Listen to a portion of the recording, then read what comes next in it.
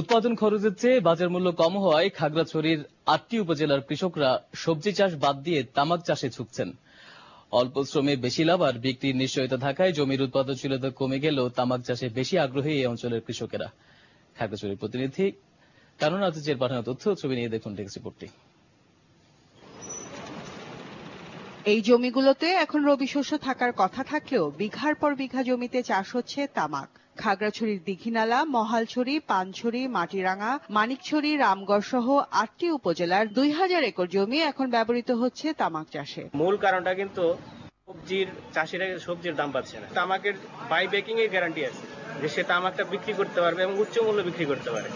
এই গ্যারান্টিও কোম্পানি যখন তাকে দিচ্ছে তখন সেই লাভজনক, যদিও ফসলটা কিন্তু পরিবেশ বান্ধব নয়, মাটির জন্য ক্ষতিকর ও স্বাস্থ্যসম্মতও নয়।